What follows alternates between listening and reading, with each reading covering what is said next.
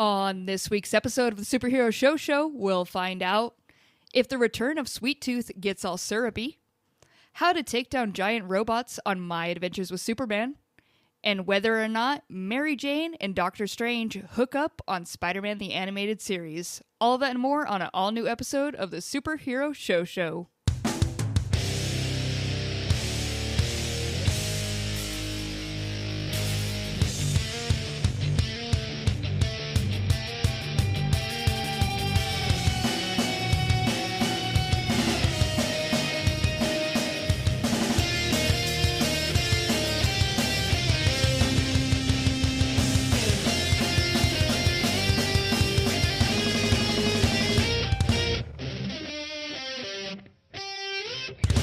What's up, nerds? Welcome to the Superhero Show, a podcast that watches only the best of the best comic book-based TV shows and reviews only those. My name is Cassie, and I will be the host for this episode. I, of course, have my friends here with me. Of course, there's Ryan. Hey, Cassie. Hey, Ryan. I forgot to think of something to talk about. Give me, audience, give us a word. Favorite type of triangle? A cute. What? Pineapple? I was already on triangles. You said acute? The audience is slow. Shut up, audience. Audience, you've had your time. It's over now. Do you guys think that we should do the Donahue style thing? Cassie, you know who that is? Nope. Donahue. Mike? Wait, can we bring Mike in? The audience knows, but Mike can't talk. He is introduced. All right, there's one audience member who can come up. I would like Mike and Mike only to come to the mic, Thank please. you. Get back. You're the wrong Mike. I'm sorry. I had to beat off a lot of mics with this dick. Yeah, Donahue, I watched this. We've talked about how I was a poor kid, so poor that technology was wrong in my head versus what was actually current, right? So I had a typewriter until high school. Things like that. But I only had 3 channels most of my life, and I thought Donahue was as big of a deal as Oprah. Because in my house, he was. I watched the shit out of both of them all the time as a child. Is that abuse? He was as big of a deal as Oprah in your house because of your racist, misogynistic parents. But there was a time where they were at least even. We are dating ourselves so much. But they were even, I feel like, aren't they both like Chicago locals? Yeah. So they're low and not from Chicago, but if you're there, they were equal. But I don't think Donahue was ever nationally as big as Oprah. But I will say, and like, there's more and more of us all the time, and it's not because of misogyny or racism, but Donahue never fucking put Dr. Phil or Dr. Oz on America. Oprah did that shit. Let's bring back true. Donahue. Fuck you, Oprah. No, I think we all know now that Oprah is a minus in history. Like, she has done more bad than good. Yep. That's Mike that said that. Mike, give your email. Oh, my email is contact@popfilter.co. I could have said Ricky Lake, Cassie. Yeah? Do you know who that is? I know the name is familiar. I can't tell you what he did and how he contributed to society. It's a woman, so. She was great in John Waters' Hairspray before it was a musical. But she also did this thing that I'm building up to. I could have said Jerry Springer. Yeah. You know who that is. Got it. You were born in Riverside. You probably have 12 statues in your That's city. how her parents met, was on Jerry Springer. Jerry. Of taking the mic into the audience. Yes. You know, like you have a guest, and then eventually we should just go into our studio audience. But we don't have guests, so they would just be asking us questions. Yeah. Like, why do Mike's feet smell like Ryan's breath? You guys don't want to know. Oh, I guess the guy asking wants to know. Pervert. Yeah, there's straight up one. Hey, don't kink shame him. You're weird. One specific guy. So all of that was to say that this is what we should be doing now, is bringing people from the audience. When I brought up Donahue 17 minutes ago, that's what all this was for. Okay, I'm with you. I get it. Also looks exactly like my dad, if you guys ever wanted to know what my dad looked like. Was that troubling for your past? I didn't think he looked the same because he's my dad. So Yeah. like, Yeah. But everybody, I had a friend once that we were like 8 years old, and he saw Donahue on the TV and freaked out because my dad was famous.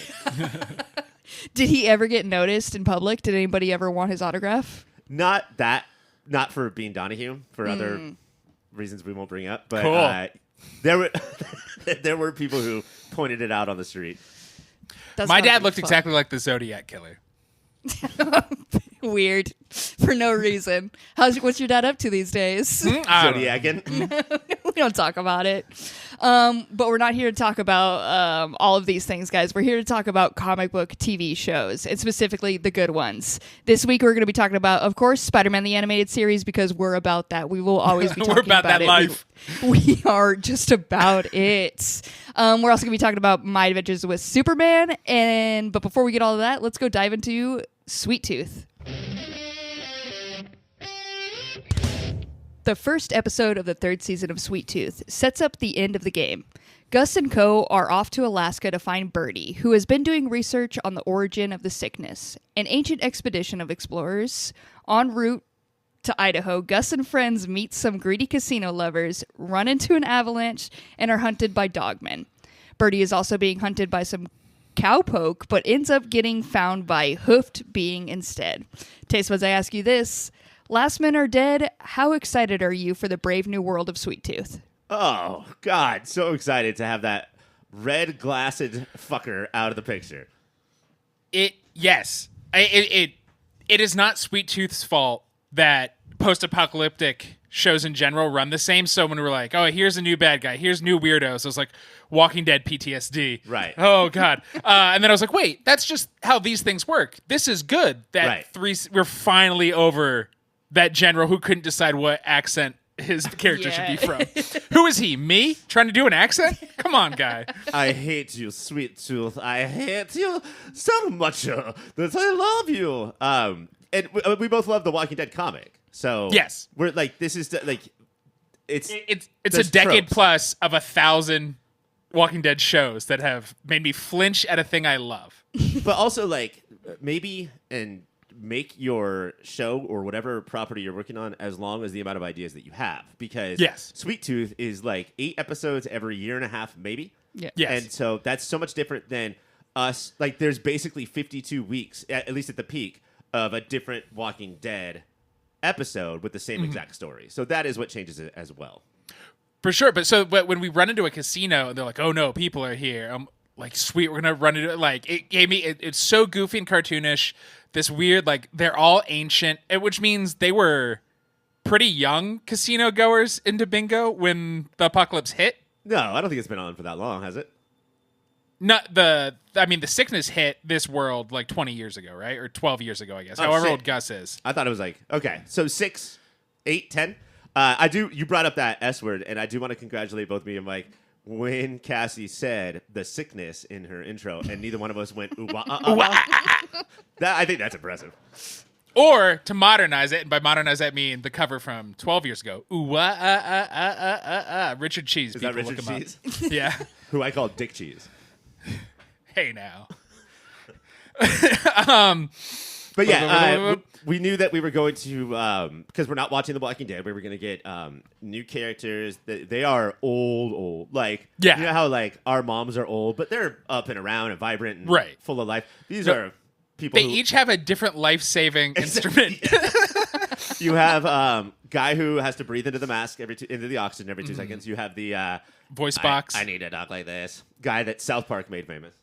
You have chain smoking cigarette lady, even though how is she still good? I guess she was in a casino. There's a lifetime supply in there. Yeah. Visor, even though you're inside at all times. Well, also that's a casino thing. That's you gotta. But what I loved about it is instead of like shooting at them, they did something else. They were like, "Are you guys sick? No? Okay, come on in. You guys are in? Get the fuck out." Yeah. It was, somebody had a real bone to pick with boomers. That's what this was. It's like, we know we're dying, but we want all the food. Fuck off. Shouldn't we enjoy life? And Becky with the good hair is like, some of us are trying to make the life better, and that makes them so pissed. Yeah. Oh, you're trying to make the world better? Fuck off. Man, I did not even realize how much boomer energy, but I don't really look for that kind of stuff. I don't. No, yeah, have you an would issue never. with boomers. But yeah, the Big Man, I think it's Big Man who says, these are kids, as if that would have any effect on these decrepit crypt keepers. And that's, they were bad, even though they're all smiling at first, because they say, are the half-breeds house trained? Oh, man. Which, that seems like a very boomer thing to say, even in our world that does not have... I'm going to start calling all babies that, and that is the question I'm asking. Half-breeds.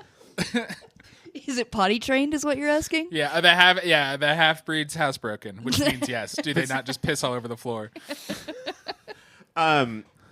So they want some clothes, and they're like, no, get the fuck out. We might need those clothes. And Becky does insinuate, like, oh, you guys are going to be dead soon. And that does not win the argument. So Gus comes up with this idea. We're in a casino. Why don't we gamble for it? And these fucking addicted gambleaholics are like, can't turn it down. What do you want to do? If they win, they get clothes and food. Winter clothes and food. Yeah. The upcoming trip to Alaska, which I imagine is not balmy. And if they lose, they have to give up Gus's last jug of Pubba's syrup. Which I like. It's clear why it's a big deal to Gus, but it is funny that all of the crew. Well, because it's both he has a sugar addiction that they don't talk about, and it's his last connection with his dad. But it's funny. All four of them are like, no. Okay, Gus. Yeah, I would have said, we'll do anything. Put the syrup on the line. I don't give a shit. But they knew it was important to Gus. But I think it might be important to these fucking decrepit, toothless idiots. They do shots of the syrup when they win, because they do win at craps. Okay, I will give the show credit for or this. roulette. Rather. It is shot so perfectly to let us know that Gus is obviously going to win. Like, it's so clear they're going to get the clothes and the food. They don't. And then the old people laugh in his fucking face while pouring shots of syrup. It's the truest sicko behavior I have seen on TV in a while. The sickos, yes. And then Bridget, the nicest of them, does give him the dead magician's hat, which he pulls scarves and possibly beanies. Like, him and Wendy suddenly do have a little more winter clothes because of this magic hat. Sure. They now look more like British people at Christmas time in the 1800s. Season 3 action figures of Sweet Tooth just dropped. That's what that outfit change meant. If I was, what is the little girl's name? Wendy. If I was Wendy and he walks up with this hat and he's so proud, I would have been like, take that fucking shit off. You look like an idiot. Out of all the places that I would have thought season 3 would have picked up, I did not expect a whole casino that we would start at casino. Yeah, and it was fun and done. It's not gone too long. A whole avalanche hit, and I do like this. Normally, avalanche is like snow. Most of the avalanche you see here is fucking big rocks. Just boulders coming down to him? To quote the Colorado Highway Patrol, small boulders the size of large boulders are flying towards our crew. That's, man, what a great thing to say. And I would have, I'm not rewriting the show, I'm just saying what I would have done, because a lot of characters I find aren't as good as I would be in a post-apocalyptic situation. Is I would have said, can we just stay for like a day or two and wait these old fuckers out, because they're going to die. They saw their supplies on the way in and out, and the oldies are too into their syrup shots to watch the crew leave. I don't care, you lost fair and square. I would grab that shit. What, they're going to shuffle off to Buffalo after you? Come on. Yeah, that's insane that they respected this. I wouldn't respect anything in the post-apocalypse. Absolutely not. Is there another story you guys can think of where a black magician's hat just sweeps up out of nowhere, you take it, and then a ton of snow happens? Frosty the Snowman? It's Frosty the Snowman. Yeah. What if Frosty was an avalanche? That is badass. What we got. Did it feel like it feels low stakes for a season premiere, but was it still just fun to watch? Like, are you guys down for this season and what they're doing? Hell yeah. We're table setting. It's the character dynamics is Big Man knows he's getting too old for this shit. Not to spoil any movies, but to Kirsten Dunst at the end of Civil War. Yes. I think that he's like, it's really... He's lost his edge. It's breaking his brain, his situation. And he did point out, he's like, my knee injury that's always been here is acting up. And also, in case you all forgot, my friends and viewers, I've had a bullet just in my shoulder. Oh, yeah. The last part of this trip, and we're just going. So maybe, Becky, don't ask me why I'm so snippy right now. Do you think this show will ever get to the point where they kill Big Man? Yes. Oh, I think they gave us a little. Did we? No, we didn't. In this episode, I think every other episode is going to be like, especially because we got the narrator in the beginning was like, All stories have endings. This is where ours ends. Right back where it began. So... That's pretty good Josh Brolin's dad. Thank you. He always has to bust it out. He'll find a way to get... I can do that and Meatwad, all right? Give me this. And the Miss Piggy karate chop. Let us not forget. In between all of, or surrounding this incredible casino scene, what we do have is, I'm going to say, not A+ storytelling, but storytelling. At least there's something. There's about 4 times in this one episode where somebody walks up and we don't know who it is. And that's the sort of thing that, like, we'll have to watch next episode. Yeah. But you're clearly forcing that upon me. Yeah. But that's okay as long as we get all of the character moments that we get. For sure. This and Heartbreaker, somehow Netflix did 2 shows that they knew how to tell stories.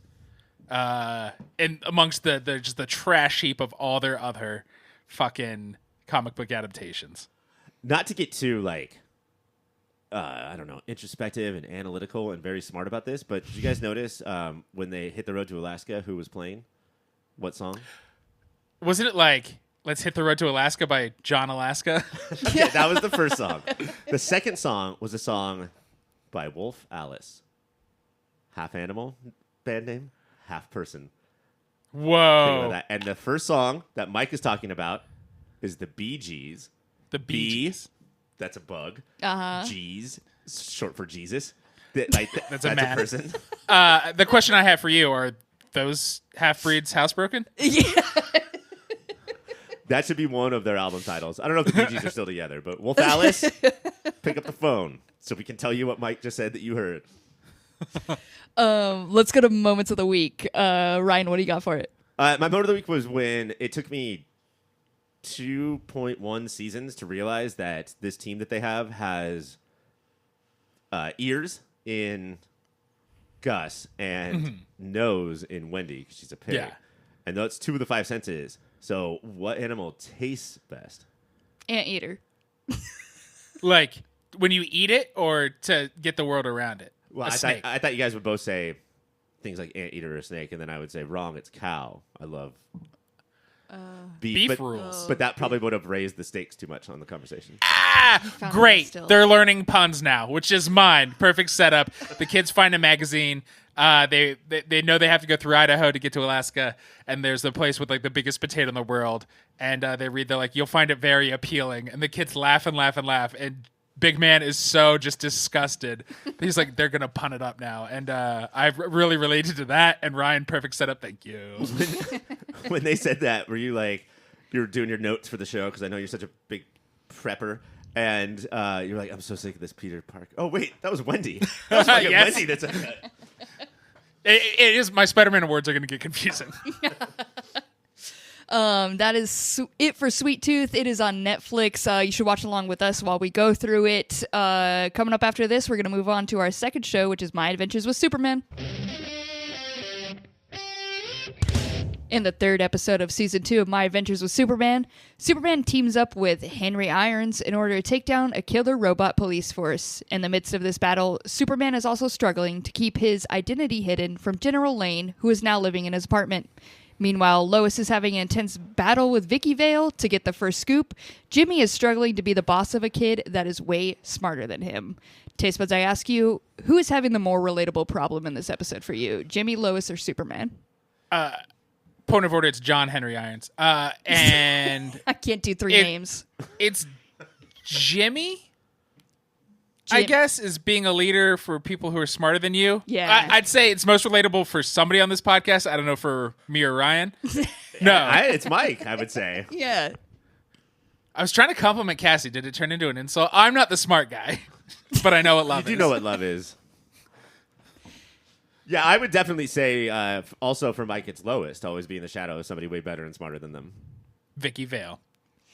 Vicky Vale. This one was... So this was our... Oh, no, it's the 3rd episode. This was the first one that felt like I still enjoyed it, but it did drag a little bit, and I don't know why. I wonder if that's because of Maz and S. Mataz. And the way that we have gotten so much serialized cartoon, and X-Men 97, of course, so much serialized that when a show that's mostly a one-off episode, like the bad guy goes to jail after this, or he quits or whatever. Yeah. There are obvious serialized moments throughout, but it felt a little bit like lower stakes to us because perfunctory. We need these big ties to everything. I wonder. I love this show, but it is very good at making annoying ass characters, and some are annoying and fun, like Jimmy and Flip. I think are annoying and fun. Okay, I'll push back on that when you're done. General Lane. I want to strangle this trash old man who's living in a one-bedroom, a studio with these two young kids and refuses to throw anything away. Really out of a power move, because if it's like, don't turn your back to a door. I was like, how'd you live your entire fucking life, you freak? Yeah, you've definitely turned Walking backwards everywhere. And makes me angry. I was angry at Lois last week when she said, hey, my dad should stay with you. I don't know. He has money. Stayed at fucking Verbo. I don't have money, so I don't know what that is. Cassie, do you sort of see what's happening here, though? Is that he thinks that Jimmy and Flip are fun and annoying, but the person who he is like the most is driving him crazy. I throw things away. I get up the couch. But not if you're at somebody else's house. That's like hotel rules. You just throw it out. Well, it'd be rude for me to presume where things should go, so I just throw it on the floor. See, exactly. Yeah. Ryan, you said you were gonna come back at him for Jimmy and Flip are not that annoying. Oh well, I love Flip. Flip is the what's his name, Rick Jones of this world. Yeah. She has her teen team that is doing much better than the superhero show's teen team. By the way, they don't do shit. They're some of the laziest. I think they might be dead. They got super into weed a while back in something called Scissor, but it was not tasty. And then I think an Avalanche knocked them out, but Avalanche have mostly boulders. But Jimmy Olsen is fucking borderline intolerable. That's true. He's back and forth for me. Like it literally is almost line by line for me with him, where I'm like, you're right on the line for me, bud. I mean, we have in a cartoon or any TV show, our characters need to learn lessons. And his lesson of like, maybe I shouldn't just assume I could lead by being an incompetent piece of shit and treating people like crap. Maybe that doesn't work. Good job, Jimmy. You are 37 years old. Yeah, when you realize how old they're supposed to be, it's annoying. And the fact that, like, I don't know, hey, Daily Planet, you bought it from him. Don't let him do it anymore because he wasn't that good at it. He got it to a point, but, like, at what point Perry Wilson has him? A point. Perry's like, yeah, you did a good job making one video every 7.5 weeks. We need one a day, man. So, yeah, we do need more.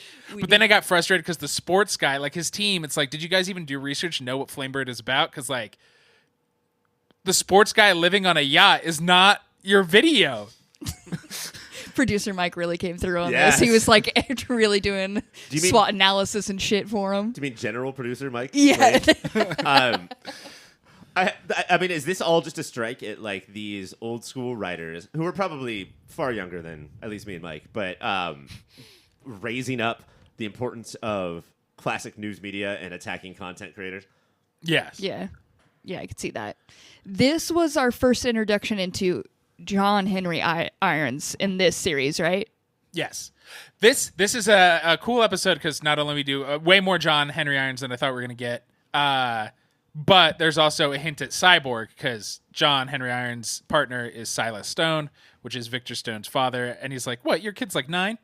And so Cyborg's in this world, baby. And we'll never see him, but it's cool. That's the kind of Easter egg I like. Cyborg Superman. Oh, we're going to see Cyborg Superman for sure. Wait, are you saying Cyborg or Cyborg Superman?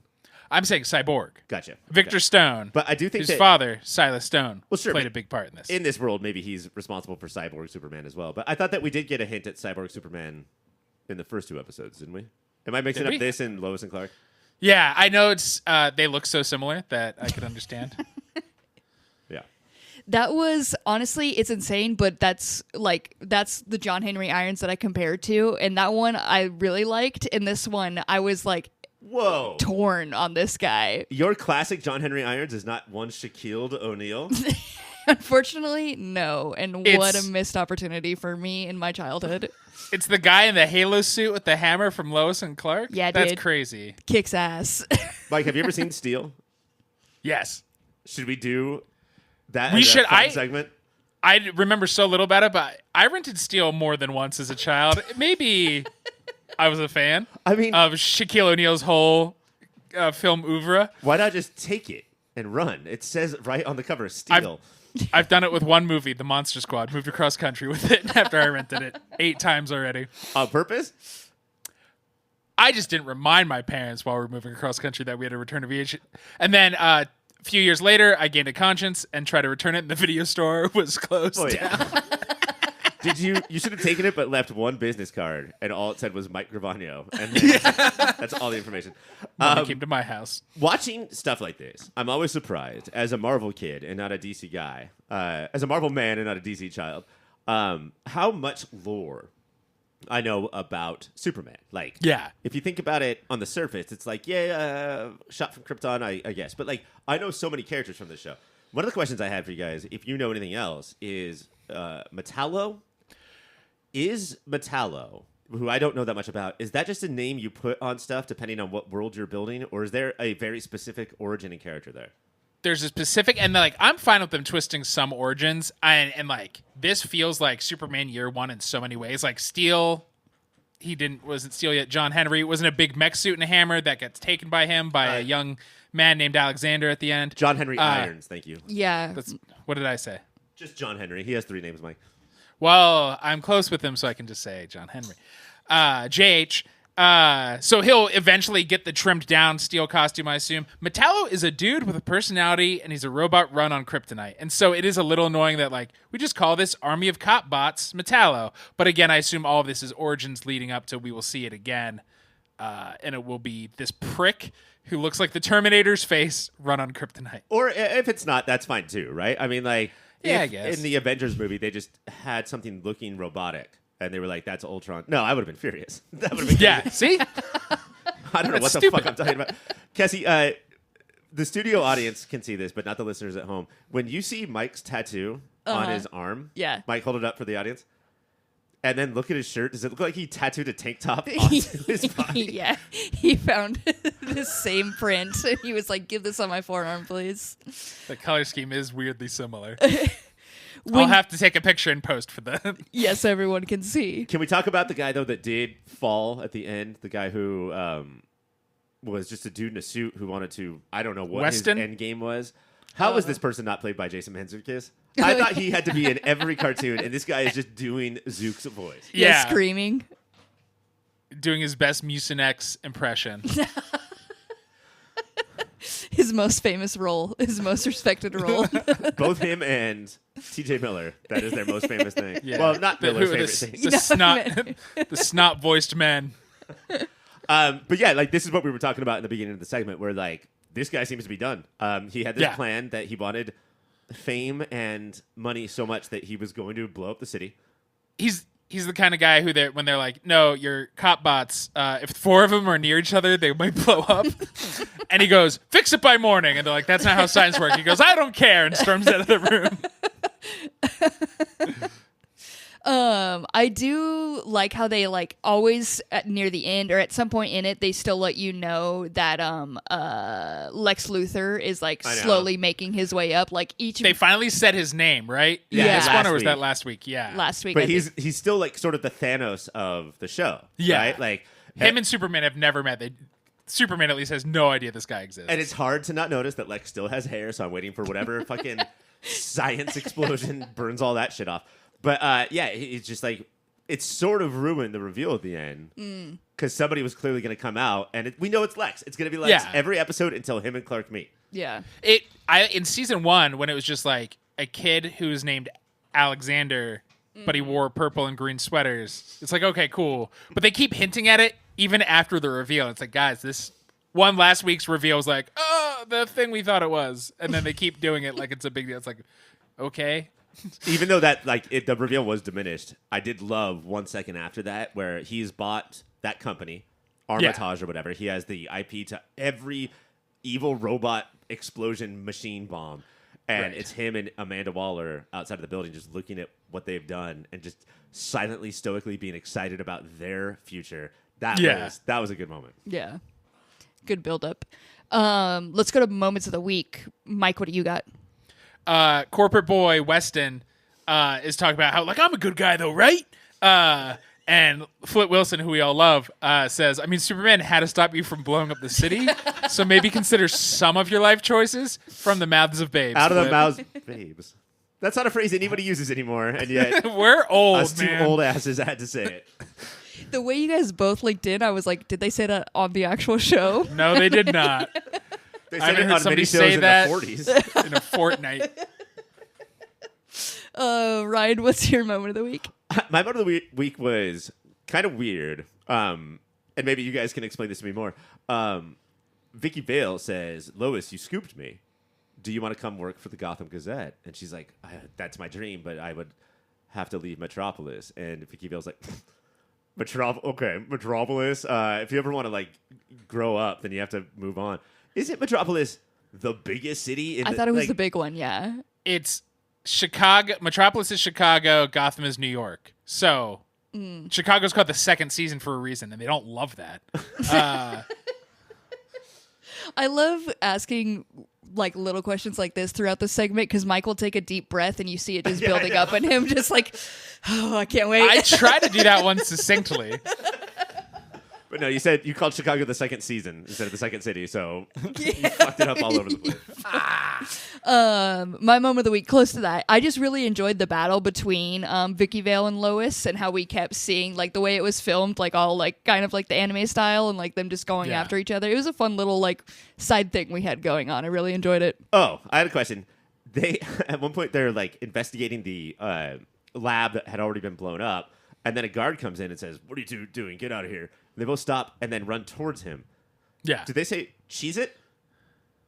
Cheese it. Yes, because like in the 50s when Mike was born, that meant let's get out of here. Let's cheese it. And I think that's what they said. Did they really? Very good. We'll bring it back. We'll start saying it. That is it for My Adventures with Superman, though. Next, let's talk about Spider-Man the Animated Series. Do you want to ask anybody a question before we go? Yeah, I would love to ask you about a website and if you've been working on one. Just randomly, it's popping into my mind right here, right now, after you brought it up.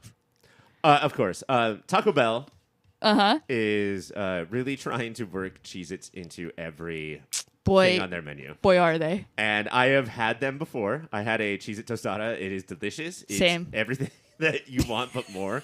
But Taco Bell specifies like they work specifically in American Mexican garbage food. Let's do it. I want a ham made of Cheez-Its. I want a banana split, all Cheez-Its. So at Cheezits.com, which is CHEE capital ZITS .pimple. We're gonna do that. That's the Cheezits.pimple. Any food that you want, we will send you a Cheez-It version of it. And it's going to be made fully out of Cheez-Its? Like you said, a ham that is Cheez-It? Uh-huh. So it's just a Cheez-It that looks like ham? Or No, does it Not like a still- honey baked ham covered in Cheez-Its, which actually sounds pretty good. The honey baked will be Cheez-Its. But there's still real ham in there. Of course there's real ham. I need my daily dose of ham. Give him his ham, Ryan. Let them eat ham. Is there... And is it called Cheez-Its.pimple because if you eat enough of this, you're going to get covered in zits? Yes, but here's what's cool. A lot of the Cheez-It juice that we use to create the Cheez-Its will come out of your exploded pimple. So that That is cool. You can just eat that right back up. I was hoping you guys would think that was cool, and you do. At least half of this panel believes that is cool. Is there any request that you could get that would be too far to turn it into a Cheez-It? Well, I mean, somebody wanted a Cheez-It made of Cheez-Its, and we don't do that. Oh, okay. That's how you destroy the universe. All right, Hadron Collider, let's go. Well, Ryan, this is a disgusting mission you have, but I support you, and you know who else is going to support you? It's my friends, cybersprout.net. They're going to support you, and they're going to help you make this website. It's because they got design experts that are well-versed in digital strategy and elegant design. I don't know if you need elegance for Cheezit.pimple, but they'll bring it if you want it. They got easy-to-edit fields, custom templates, drag-and-drop tools. Ryan, you need to let Cybersprout handle your hosting. Yeah, for sure. They offer premium hosting specifically built for WordPress. That's what they're about. Cybersprout.net, visit it to get started. They're your partner for a digital world. Now, let's go talk about Spider-Man the Animated Series.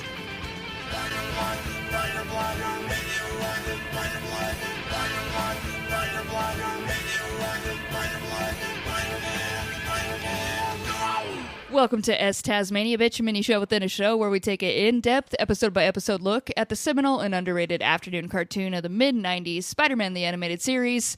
We are now starting off Season 3, and we covered Chapter 1 of The Sins of the Fathers, Doctor Strange. I did look it up, by the way. Season 3, 4, and 5, just like 2, they're all one storyline. Oh, okay. But aren't you excited that we know how to say this one? We know how to say Sins of the Father versus last. Neogenic, yeah, we did so good at that. What? Nah isn't going to work here anymore. But yeah, we started this new one, and when this episode starts out, we have Spider-Man flying around New York City, sad. Can you believe it? He's sad because Mary Jane is missing. Yeah, but is he even remotely as sad or as worked up as some old ladies that are in this episode? Dude, Aunt Anna, is that her name? Uh-huh. MJ's Aunt Anna sucks. She goes, and one, we get a weird flash, like Peter's sad, then there's a flash of flying ninjas. Maybe we'll get back to that. And then she's fucking yelling at Peter, and she's like, she goes from like, how dare you? You should have told anybody this was going on. And then flips to like, why weren't you there? And it's like, whoa, first you didn't want me involved and now you're mad that I am involved. And Harry's being a little bitch and he's like, well, why didn't you tell me? Her boyfriend. Like he has to even remind himself and the rest of the room that he is her boyfriend. Peter should just wear a shirt that says Everlast. Like the amount in his entire life, but that whole, and not the fucking white rapper from... That's how I was like, because he's going to tell you exactly what it's like, or what was their song? Yeah, no, Let me tell you what it's like to have the blues. But like, yeah, he just becomes the punching bag, and this scares the shit out of me when something dramatic like this happens. I'm sure it's hard to have someone you love kidnapped.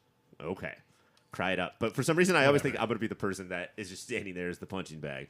And everyone starts screaming at me. Aunt Anna is out of fucking control. Like, yes. I would have slapped her in the face and then put her in handcuffs. And that's if you were Aunt May. No, Aunt May's just worried about her blood pressure because it's a big... My blood pressure! They were all the fucking widow dowagers from Downton Abbey at this point. Just, my blood pressure! I just watched Prisoners last night. Denis Villeneuve I did a rewatch, and so I half expected Aunt Anna to kidnap Peter, throw her in an old apartment building she owns, and slowly torture her until he tells her where MJ is. Yeah, this is like a little flashback that we get. So we just see him being verbally abused by this old lady who has high blood pressure. And then we do cut back to the ninjas that are flying in the sky because ninjas do that. Much like the coolest part of Dune 2. Where the jetpacks guys they walk off the mountain and they just fly. These ninjas looked great. Just floating about. So he starts obviously following them to see what that is about. Oh yeah, you're gonna follow some flying ninjas. Yeah. And none of them like Vulture in the last episode was like, mind your own business. No. I can't right now. You guys are flying ninjas. Yeah, I have to do this. And we find out what they are after. They are on a mission to steal a wand, a glowing bone wand thing. The Wand of Atum? The Wand of Atum. The Wand of Atum. Never forget, it is the Wand of Atum.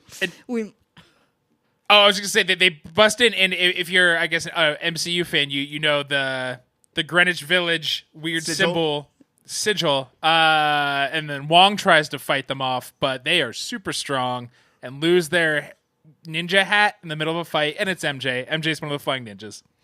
Yeah, and Spider-Man is very confused by this, obviously. Yes, that would be confusing. It's a little confusing. Even more confusing is the fact that they have laser beams coming out of their eyes. Well, they're ninjas, Cassie. Yeah, they're flying ninjas, so of course they have laser beams. Open a history book. Their lasers also have strange capabilities. If they don't hit people, they do seem to like burn. Uh-huh. But they also just pin Spider-Man to the wall as if they're like a hand on a weakling. Like a badly written Cyclops story. Where that badly written. Yeah, they're not doing cool dance moves with their laser eyes. Did you guys think that Wong was a lot when he was like, Wong move, bitch, you came into the Wong house, this is the Wong window? Like, how many is enough, Wong, really? It's Great. Never enough. He's learned puns. The final form of sentience. There is somebody who has to come in and save them. We don't know who this is yet, of course. Some mysterious figure saves them. And Spider-Man starts to go after them. They're like, all the ninjas bail. And Spider-Man goes after him, even though he just got his ass kicked and clearly knows he can't deal with these laser beams and shit. And this dude is like, hey, you don't know what you're up against. Please don't. And Spider-Man's like, I gots to. I simply must. I just simply must. Hey, Spider-Man was like, if you want to be a magician, wear a big black hat like us. Yeah. Otherwise, get the fuck out of here. Get out of here. Spider-Man tries to track him down. He can't fully get them, so he throws a little tracker on MJ. Is the tracker? Is he finds them at the center of reunification? Yeah. And then the squid force field stops him. Uh-huh. Yep. Well, I mean, stops him 4 times. How many times did he try to run? He keeps running at it like. And then Doctor Strange shows up and he just goes, the Crimson Bands of Sitarak. What the fuck are you saying? God damn it! This reminded me of reading Doctor Strange comics and how often I just skip over my eyes automatically skip over all of these words, but now I was forced to listen to them. Yeah. At one point, Cassie and I watched this together, and at one point he says, by the power of omnipotent blah, blah, blah, and the subtitle said, by the power of omnipotent question mark, question mark, question mark, question mark. Even the subtitler has no idea what's happening. So he's at this place, and which is Scientology, right? Yeah, it's Scientology. Yeah. Is this when we find out that we see that they start I'm lost, Mike. Yeah, so we get a clip inside the Center of Reunification, and MJ saying, "Oh, Brother Mordo, I had a wonderful visit." And you're like, "Visit what? Like, you mean being a ninja?" But she clearly doesn't remember. And then Dormammu shows up. Not ready to bargain yet, but big orange-faced freak. I like that this version of Dormammu looks like he belongs in the 70s animated cartoon of Spider-Man. I was into that. I'm a fucking multi-dimension god. I'm still going to put on the tights, the shirt, the big collar. It's so good. Also, he does my favorite thing, which is like he takes control of Mordo, but that's not enough show of power. He also flips him upside down. Yeah. He's gotta you are flip my him. fucking bitch right now. I know, you're my god. You don't need to prove this to me. And then we cut back to Strange. I don't think Peter's there, but Strange is like, Wong, it's time to tell that I finally told you the full story about me and Baron Mordo, just so we all get Strange's origin story. Yeah, did Wong look directly at the camera and be like, roll his eyes? Yeah. He said a hot tub time machine directly in the camera. Also, sorry to go back, but Dormammu has Baron Mordo upside down and screams at him, and I quote, "Bring me the wand of Watum and my blood pressure medicine." What is going on with everybody's blood pressure? Oh my god, Dormammu's Aunt Anna. Let's start that rumor. Let's call it Deux Moi.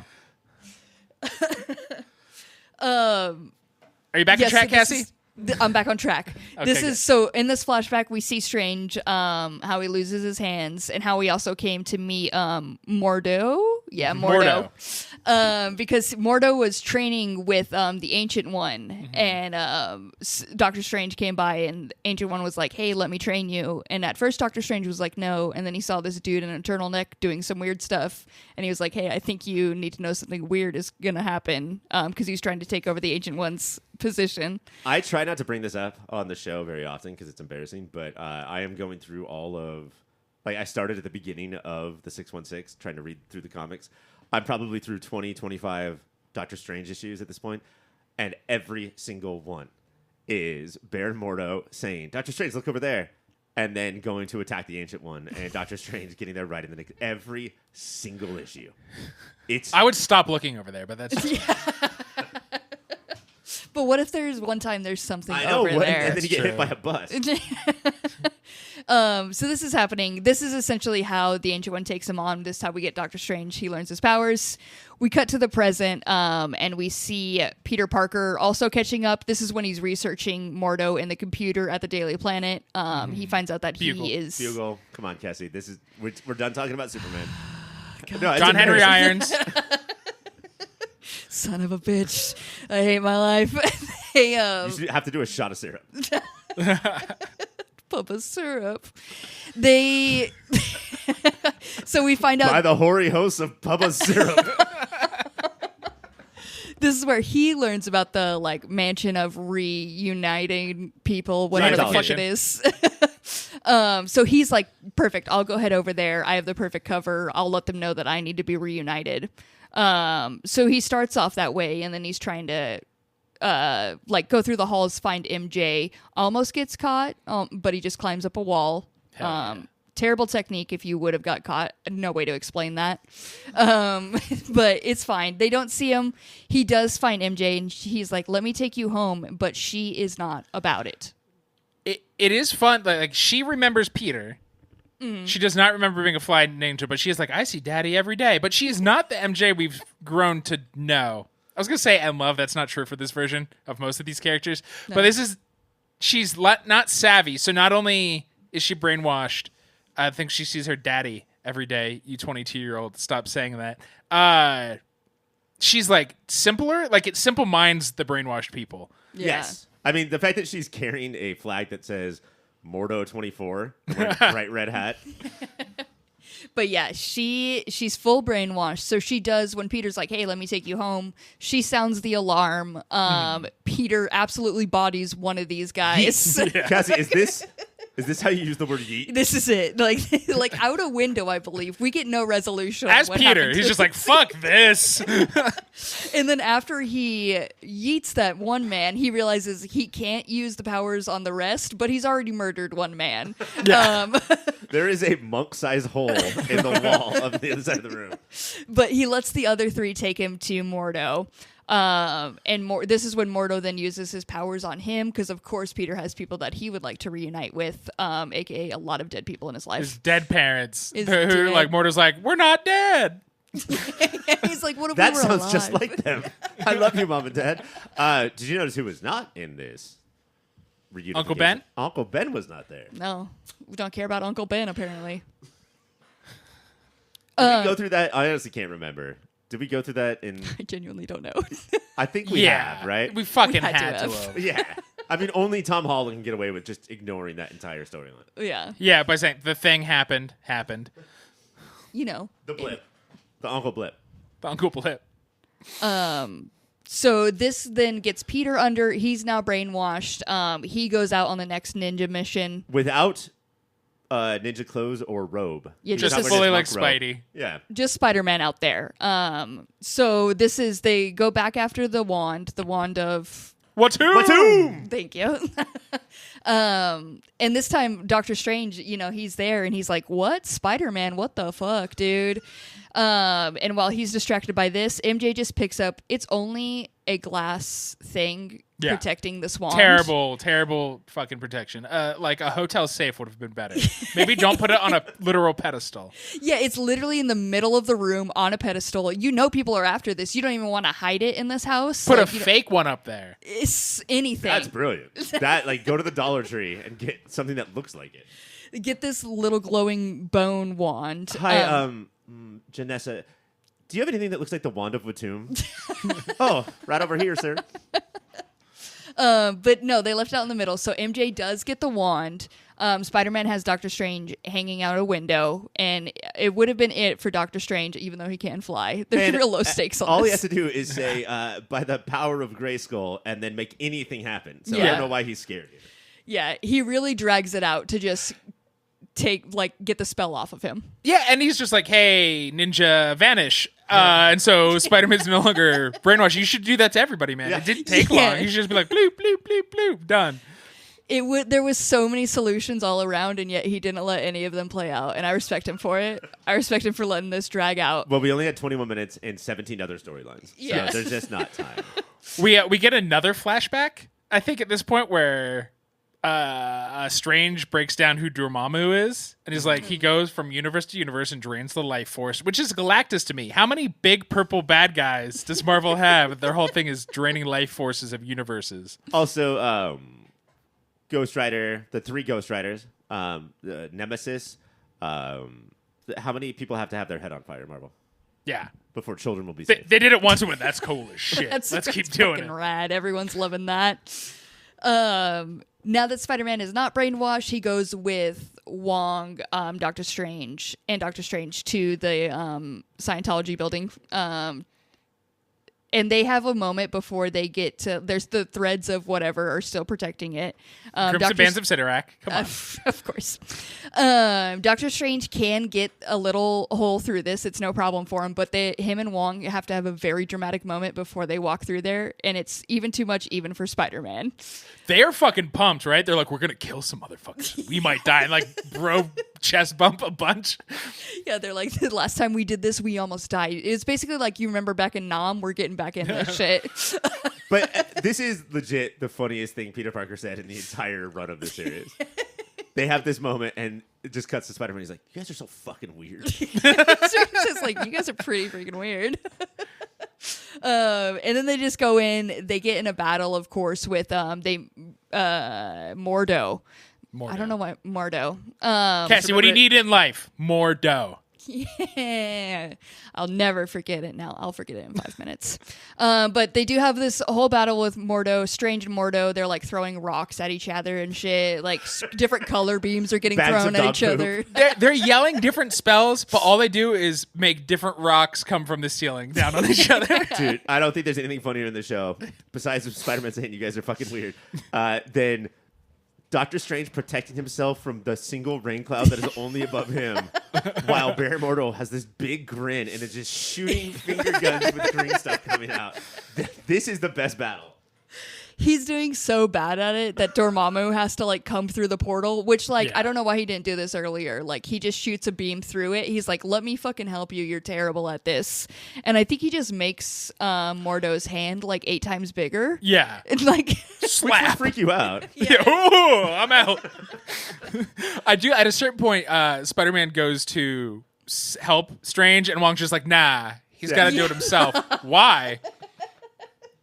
Shut up. Shut up. This is the way things work here. We don't help him, all right? There's a little box in the corner of the screen with an asterisk that says, Wong previously told Spider-Man to shut up. Doctor Strange, number 27. Do you guys think that Mordo calls his monk assassins? Do you think he calls them hit monkeys? Yes. Yeah. Okay. I just want to clarify that real quick. We were all having too much fun, and I wanted to nip that in the slow booty. things down. Spidey dives into Dormammu's dimension. Yeah, fucking insane move. At what point do you do this? Is it because MJ's not even in there yet? Why did he do this? He just did it. What's that thing? The I'm wand going to was see in it. there. The wand of The Watum! Watum! And he's a Watum Raider. He had the wand in his hand. He straight up was just like, I'm tired of sitting on the sideline, and jumps through with it. And they, like, at first, Dormammu doesn't realize that the wand is in his hand. I don't know how it's glowing, and it's the only thing he wants in life. A lot is glowing in this dimension, though. True. And it's one of those classic Marvel team-ups, Spider-Man and Doctor Strange, where, like Wong said, you do have to sit on the sideline. It's like, you ever read a comic with, like, a team-up of Daredevil and Silver Surfer? Yeah. What the fuck do I do here? I'll get us burritos for after. And then obviously Dormammu is like, you came in through to where I'm most powerful. This was dumb. He takes the moment to turn into a dragon. Rad. What a great move. Shit. What a great move. Peter is getting wrecked, so Doctor Strange does have to come in through the portal. He does something. He gets Mordo, like, to leave, basically, somehow. Yeah. And then he pulls, just like Ryan's comics, he goes, hey, look over there. And then he jumps into the portal. He's like, I gotta go after Spider-Man. So they save him. They have this moment where they almost can't escape. Like, Dormammu just keeps kind of blocking the portal. At one point, it's literally... His giant fucking hand is just like, nah, he Dikembe Mutombe's them. Like, he's getting all these creative ways, and at a certain point, it's literally just his fucking hand stopping him. And then this is when Peter has the genius idea to throw the wand, which is a bone. Tell him to fetch, like he's a dog. Retracts it with his webbing, and then takes a moment. The portal is closing. They have limited time, and he's like, you would have done great at like, your obedience is good, but you're not that quick. And I was like, God damn it, Peter. It wasn't even clever. Like, the idea was half-baked. He couldn't get it out. He, like, sped through it. Yeah, it sucked all around. Especially when the roast is right there. Dormammu's so fat. Just like, Dormammu is so, like, hasn't worked in years. Like, pull out the roast jokes.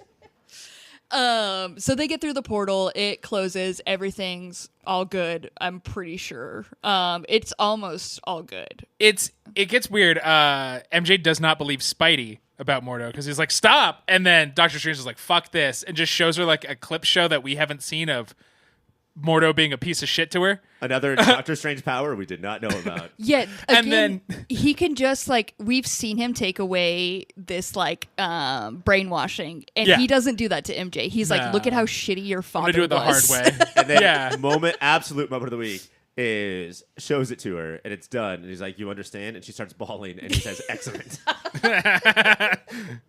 Don't This kink is what shame we him. needed. And then Dormammu, even though the portal's closed, he's like, I'm back for some reason. And he just grabs MJ. Yeah, just a giant hand comes through, grabs her.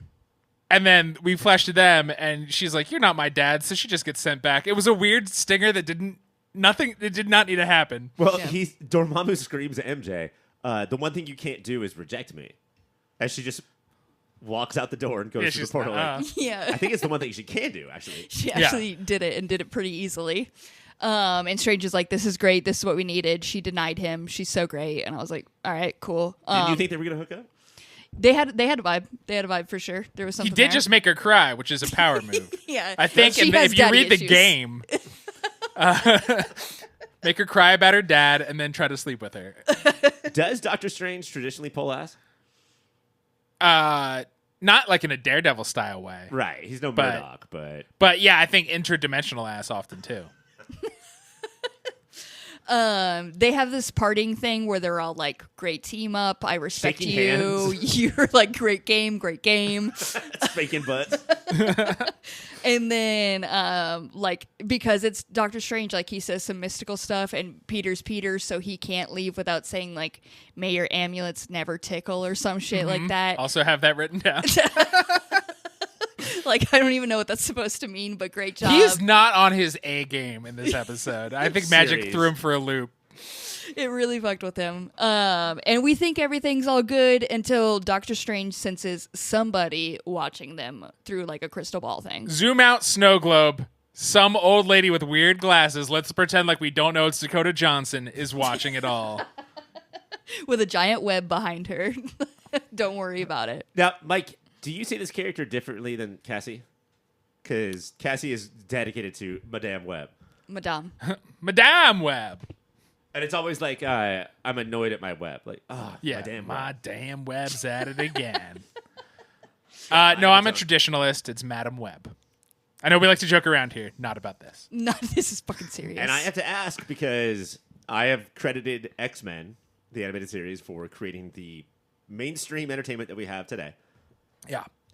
Is Madame Web not because she was never popular in the comics? No. Did we just see why that movie was created 25 years later? Yeah, shitty writers who have only made bombs saw this just like we did and went, what if we make a movie about her? No, change everything about her though. She's not a cool weird old lady now. Now it's completely Dakota different. Johnson in a trench coat. She got the powers. Don't you need Through a the forest. entire lore of the history of Spider-Man in order to make this character work? Fuck it. Yeah, we don't need it. That sounds boring. I don't want that. Not boring though. Let's go on to the awards. I'm gonna start this off, of course, with best web zinger. Ryan, what do you got? This one should have been for... No, I'm going to go May Your Amulets Not Tickle. Like, Yeah, that's mine too. that's fucking golden. What is it supposed to be their balls? What is it? What is know. this referencing? He's like, tired and he can't think of anything else to he say. just got the shit kicked out of him and he's like, and your amulets, not tickle. I have the other one, the obedience trials, but your speed needs work, just because, like, for him to take a moment when the portal is closing and throw out that terrible ass one, Yeah. like, How many people have died because Spider-Man was quipping and not saving them? but since you guys both have the same one, I'm clearly in the wrong. I'll give you guys both 2 points. Our next one is going to be Kung Fu Grip or Best Move or Power. Mike, what do you got for it? we talked about it. It's when Dormammu is sick of putting random things in front of the portal and just puts his big ass hand in front of him and goes, nope. It's like everything is so mystical over there. He's a dragon. Like, and there's all these little things closing it. And then, no, I could just put my giant ass hand in front. Big hands, I think, were a leitmotif in this episode because when Doctor Strange was done with his surgery and he lifted up his hands wrapped in bandages, they were 10 times the size they ever were. His This is thumb what I had, think like, the Violent Femme song is about. Which Big Hands, You Do It Well. What is the name of that song? Big Hands, I Know You're the One. Big Hands, I Know You're the One. Yeah. Ryan, what do you got for best movie power? I mean, there's such a clear answer. It's from Peter Parker throwing a monk as hard as he can. And instantly, too. Like, that could have been Aunt May, but he was still just grabbed on and yeeted as fast as possible. Whoever came through that door was getting lifted and thrown. I have the power to harness daddy issues to create a cult that will do crimes for you. Pretty strong, pretty cool power move. But Ryan, I am going to give it to you for yeeting a monk as the best power. I'll give you a point for that. Let's go to most 90s thing. Ryan, what do you got? There's a line in here that might be the obvious winner, but I just have to talk about the village. Greenwich Village? Mm-hmm. A place so weird that they would not notice Doctor Strange's Sanctum Sanctorum. Sanctum Rick Santorum. And like I think that's purposeful. Like they picked out a place where Doctor Strange would not be looked at weird because of how I don't know anything about this village, but when people they're like, "Oh, that's in the village." Okay. Sure. New York. It just happens over there. Mike, what do you got for it? 90s. Spidey says when he meets Doctor Strange, Not he 90s. says, "What are we doing? New York. Where are we at? New York." Oh, okay. He's like, Dormammu does all these things, these creepy dimensions. And Spidey says, "Big deal. I've been through the Bronx." Yeah. That's the line where he literally mentions New York. I also didn't go as deep as you, Ryan, so I also put the Bronx line. But specifically that he just said, like, I walked through it once, and I was like, okay, dude. Like, all right, great. But, you know, the rules, Mike matched me, so he gets it, and he's going to get 3 points for that. So great job being creative, Ryan. It is not rewarded here. So in order to get the most points, I just have to think less. Be a dum-dum. Always. This is how life works. Let's go to most 90s thing now. Mike, what do you got for it? When Spidey and Strange meet, he says he just needs a couple of tigers to be big in Vegas. And this is when Siegfried and Roy were big in Vegas with their tigers, pre-face eating. At the Mirage, which is a casino, just like Gus and Big Man went to. It's all connected. That is also mine. It reminded me of, have you guys seen this viral moment of Norm Macdonald on The Daily Show? No. And so just to let you know how old this moment is, he brings up how people were calling him and say, "Do you believe Steve Irwin died from getting eaten by an alligator?" And Norm Macdonald was like, "I do believe that's how Steve Irwin died, and that's how Siegfried and Roy died. One of them just got eaten by a tiger because we were all just waiting for that to happen." The Norm Macdonald bit is even funnier because Irwin did not die from a crocodile. He was a stingray, and he's like, "Do you think the crocodiles were pissed? Like that was ours." For most 90s thing, you guys were on board, but I put it as flying ninjas with laser beams the most 90s thing. But I'll give it to you guys because I didn't even pick up on that. So I'll reward listening skills here, and I'll give you guys both a point each for that. Now the next round, Cassie, compliment. A time for you guys to get bonus points. Ryan, compliment me. I mean, there was such a clear moment here to me where Strange and Wong, two dudes who love each other, probably romantically, but won't admit it, are standing next to our hero, pumping each other up, talking shit, talking gibberish. Nobody knows what they're saying. They're just saying all of this stuff. And Cassie, you never go out of your way to say, no offense, but you guys are fucking so weird. Which is actually not true. You say it all the time. But you say it in a more loving way than Peter did in this moment. That is very brave of me and strong of me. Thank you. Thank you for recognizing. Mike, what do you got? Dormammu goes from dimension to dimension, draining the life force, just like Cassie goes from podcast to podcast, draining the life force of other podcasters. And the compliment now comes in. It's followed up by that. And you got big old hands just like him too, girl. Okay. Well, he ended it with a girl, and now it feels good. I didn't feel, even though it ended with a girl, I don't feel that great after yours, so I am going to give that one to Ryan. At least you didn't say slut at the end. Maybe slut would have made me feel better. Actually, I bet he would have gotten the points. Yeah. With the right delivery, a good slut will get it. I'm going to give you 3 points for that one, Ryan. Just so Mike doesn't win because, again, he sucks at complimenting me. So, Mike, I got no points. Mike, you got 4 points. Ryan, you got 6 points coming up. You are the Spider-Man boy of the week. Enjoy it. Cherish it. That is it for the show. Please subscribe, follow us wherever you can get your podcasts, and catch every episode on YouTube at Your Pop Filter. We also got some other websites. Mike, tell the people about some websites. Popfilter.co is where you can go for all the things we make, and then throw a little /Amazon on there. Popfilter.co/Amazon. Bookmark that. That's how you shop now. Christmas in July is coming up, people. You know you're going to want to shop. Shop that way. Popfilter.co/Amazon. Ryan, we also have another show on the network that the people should be listening to. Can you tell them about it? Yes. Mike and I and our fellow friend Greg are on a show called Movie of the Year, where we tackle different years and trying to figure out what is the greatest movie of that year. Right now we're hot sauced applesauce crisscross Native American style, sitting in the middle of 1984. So please jump in on that. Start it from the beginning, where you can see how we got to our 16 movies from 1984, the beginning of the season. And then coming up this week is, of course, Buckaroo Banzai. Of course. Across the eighth dimension? That's the one. That's the one Buckaroo Banzai I'm talking about. Very excited for that. Definitely know what that is. Can't wait to hear it. We also are on social media. We're at Your Pop Filter on Instagram. Follow us over there. We also have an email. Mike mentioned it earlier. contact@popfilter.co. Send us your question, thoughts, concerns. Any concerns you may have about anything. We probably have the same concern. We could both just email back and forth that, like, yeah, this sucks. I think his concern should be about our blood pressure medication and if we will get it. Where is it and how do I find it? Next week, you guys, we got a good episode. Well, good for you guys, bad for me, maybe. It's the return of the boys. Nice. The minute you said that, I was like, I can't believe, I thought it was later. Yes. It's your time has come. Yay. Yay for everyone. Yay for this episode. Yay for Mike. Yay for me. Bye, everyone.